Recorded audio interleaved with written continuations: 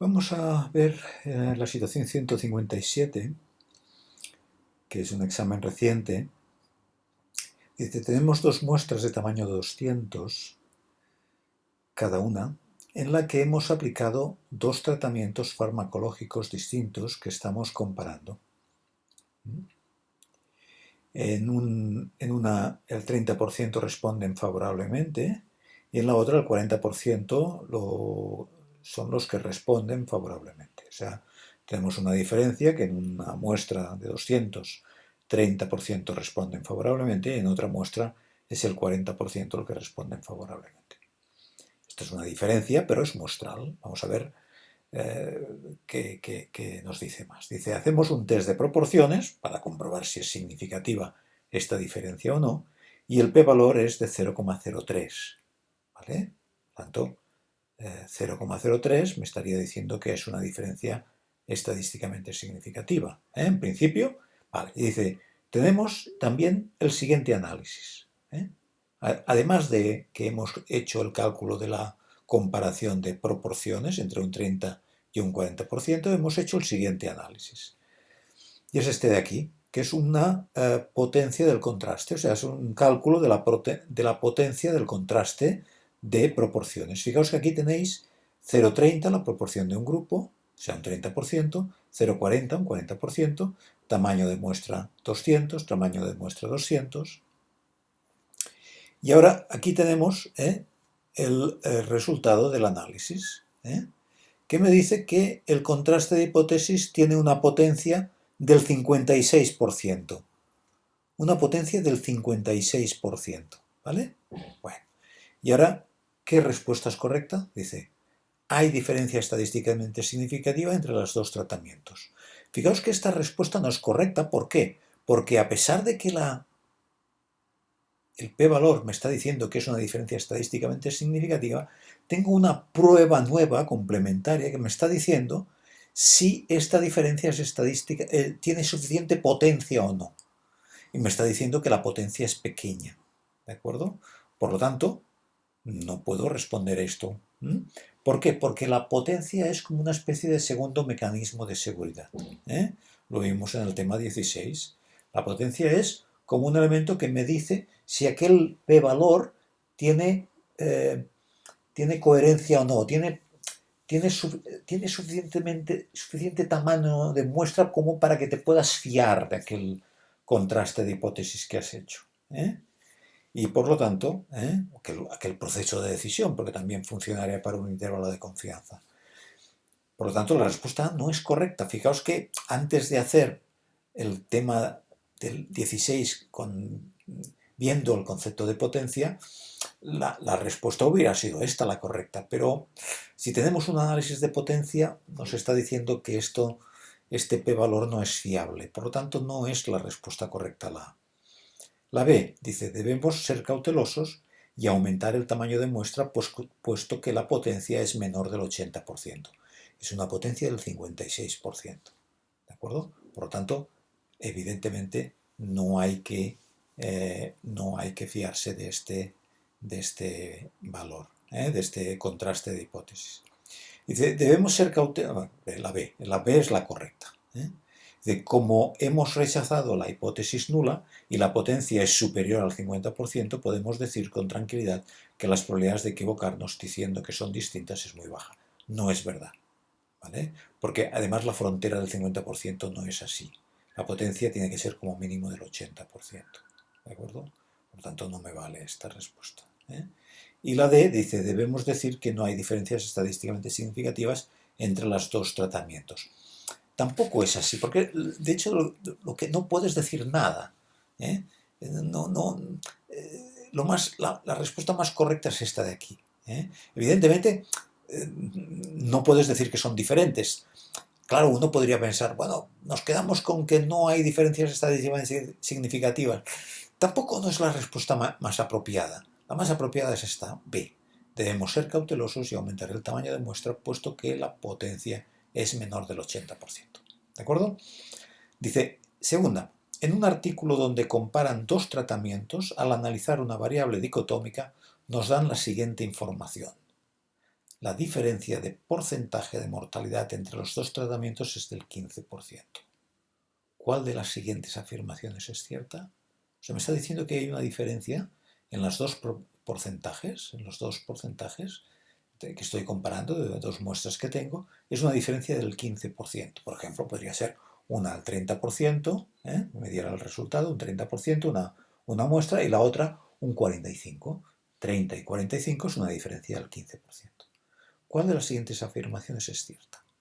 Como esa diferencia no es cero, podemos decir que hay diferencias estadísticamente significativas. No es verdad esto. Es verdad que 15% no es una diferencia de cero, es una diferencia del 15%, pero aquí la clave es si es significativa o no. Tú no puedes decir que no hay diferencias estadísticamente significativas si no has hecho o un contraste de hipótesis o un intervalo de confianza. ¿De acuerdo? Necesitaríamos saber los porcentajes de cada uno de los dos grupos, no solo de la diferencia de ambos porcentajes. Necesitaríamos saber los porcentajes de cada uno de los dos grupos. No es importante. ¿Vale? Si te dicen que es un 30 y un 45, estás igual. El problema es si es estadísticamente significativa esta diferencia de 15. C. Necesitaríamos tener un intervalo de confianza del 95% de esa diferencia a nivel poblacional. O sea, hacer una predicción de cuál debe ser la diferencia, entre qué valores puede estar la diferencia, entre qué valores en un intervalo de confianza del 95%, la diferencia de la media de las dos proporciones. Y entonces ver si el cero está dentro o no. Este sería el mecanismo para ver si esta diferencia es estadísticamente significativa o no. Por lo tanto, la C es correcta. Dice, necesitamos conocer cómo se comportan otras variables del estudio para tomar una decisión. En absoluto, esto no tiene ningún sentido. ¿De acuerdo? Muy bien. La 3 dice, si en un estudio sobre la prevalencia de una enfermedad tenemos una muestra de tamaño 10.000, de la cual 300 tienen una patología, un intervalo de confianza del 95% del porcentaje poblacional sería... Bueno, aquí ya sabemos que tenemos un mecanismo que sabemos que si fuéramos al tema 3, acordaos, al tema 3, iríamos al blog, tema 3, y nos encontraríamos con esta formulita que es la que tenemos que aplicar en este caso. ¿Vale? Tarda un poquito. Bueno, mientras lo que voy a hacer es ir aplicando con una calculadora, con un cálculo que yo tengo en un software, pues tengo 10.000, es la n, casos 300, no me deja entrar aquí. Bueno, la fórmula está en el tema 3. En el tema 3 tenéis la fórmula que ya vimos que para construir el intervalo de confianza de una proporción. Si vamos aquí, vamos a la calculadora que decíamos, tenemos 300 casos de 10.000, la proporción es 0,03, un 3%, ¿de acuerdo? Y ahora este intervalo de confianza, si hago dos veces la raíz cuadrada de el valor de esta proporción multiplicado por 1 menos esta proporción, que es la fórmula del tema 3 que tenéis, partido por la raíz del tamaño de muestra, esto me da un intervalo de confianza del 95% que va de 2,66 a 3,34. Por lo tanto, la respuesta correcta es la D. ¿De acuerdo? Bien. Pregunta 4. En un estudio vemos que nos dan el siguiente intervalo de confianza del 95% de la media. 49, 51. ¿Vale? Leemos que el tamaño de muestra es de 400. ¿Cuál es el intervalo de confianza del 95% descriptivo de la variable, o también denominado intervalo de valores individuales de la variable? Fijaos que este intervalo está construido con el error estándar, porque es un intervalo de la media. Por lo tanto, fijaos, como es del 95%, he cogido dos veces el error estándar. Por lo tanto, dos veces el error estándar me va... La media está claro que será 50, porque está en el medio, ¿veis? 50, me voy al 49, 50 me voy al 51. Dos veces el error estándar es igual a 1. 2 veces el error estándar es igual a 1, que es el término que sumo 2 veces el error estándar, le sumo la media y le resto la media para construir el intervalo. Como el error estándar es 2 veces, perdón, 2 veces el error estándar es igual a 1, el error estándar es 0,5. ¿Veis? Error estándar 0,5. Entonces, si el tamaño de muestra es 400, la raíz cuadrada de 400 es 20. Por lo tanto, yo lo que necesito es cuál es la desviación estándar, porque tengo el error estándar. Lo que necesito saber es cuál es la desviación estándar.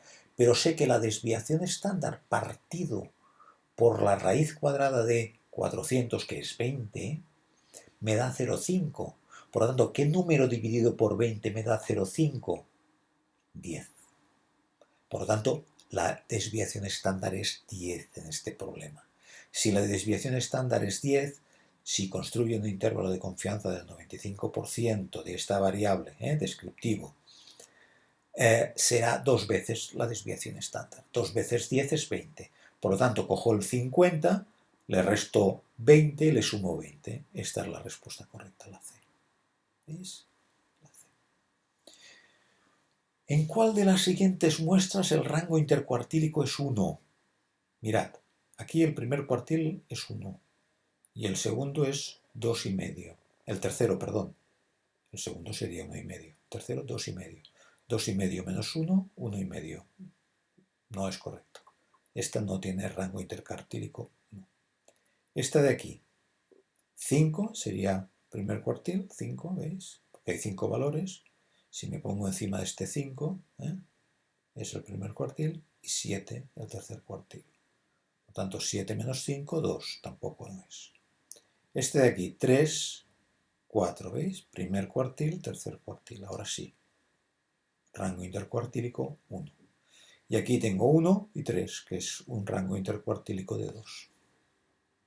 ¿De acuerdo? ¿Sí? ¿Se ve? Bueno, en otros vídeos os colgaré otras preguntas de este examen, que es interesante que lo veáis porque es un examen reciente que he puesto. ¿De acuerdo? Pues venga, gracias.